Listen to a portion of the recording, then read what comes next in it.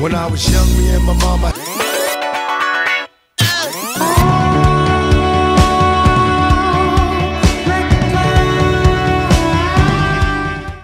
Welcome back to the channel, everyone. I wanted to talk to you guys about the recent government shutdown and dispel some of the BS going around regarding it. First, I want to enlighten some of the people who don't know what a government shutdown means. What it means is they couldn't agree on a budget. So there is no spending budget to pay government employees. Now, does this mean that no government employees are going to work on Monday? Absolutely not.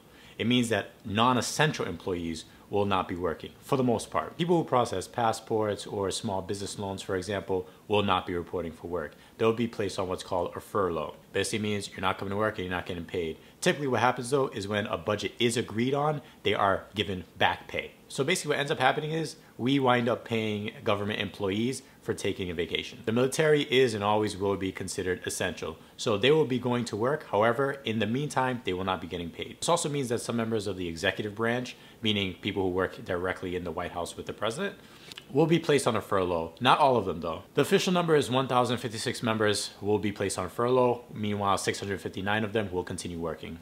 Most national parks might be closed, and forget about getting a gun permit during this shutdown. TSA, air traffic control, and your mailman, they'll be working, so don't worry about that. That basically covers the shutdown. Now to cover why it was shut down. I see a lot of memes going around blaming the Republicans, blaming Trump, and saying that they voted for the government to shut down.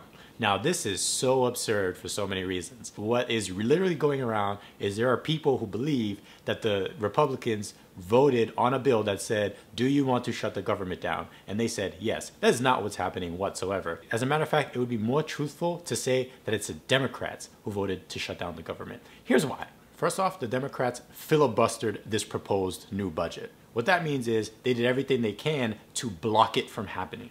And in order to be a filibuster, the bill had to pass with a vote of 60 votes. Not 50, not 51.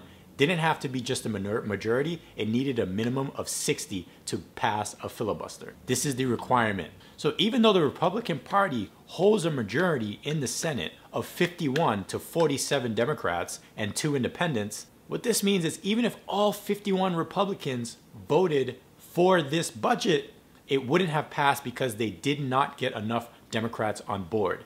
They all band together to block this budget. Why would the Democrats want to shut down the government? Here's why. They're using the budget as a bargaining chip to get Trump to concede on DACA. Yes, that's right. They're essentially saying we are not going to pass on this budget if you don't give us DACA. So they're totally happy with shutting down the government and affecting American citizens and passing the buck and the blame onto the Republicans. A lot of people are saying, hey, well, Mitch McConnell, the Senate Majority Leader and a Republican, voted no.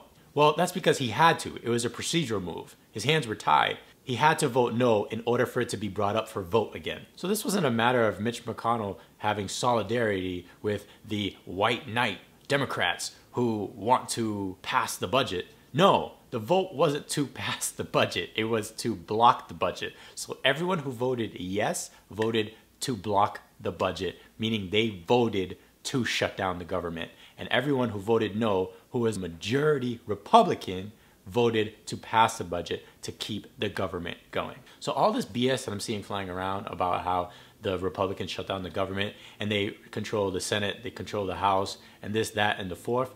No, this doesn't mean that Democrats or the Senate minority cannot block a bill. That's absolutely what they can do and 100% what they did. Now, regardless about how you feel about DACA, I'm sympathetic. It should not interfere with the government functioning. I'm taking a hard line on that. That is a hard no. We should not say, hey, give us a favorable DACA bill or else we're going to shut down the government. We're going to send government workers home without pay. This is affecting all of our lives, all American lives, okay? It is irresponsible to do something like that. And I refuse to directly blame Trump or his administration for not backing down to a ransom. That's crazy. They put American lives on the back burner for this DACA bill. And to me, that's reprehensible. Let's argue.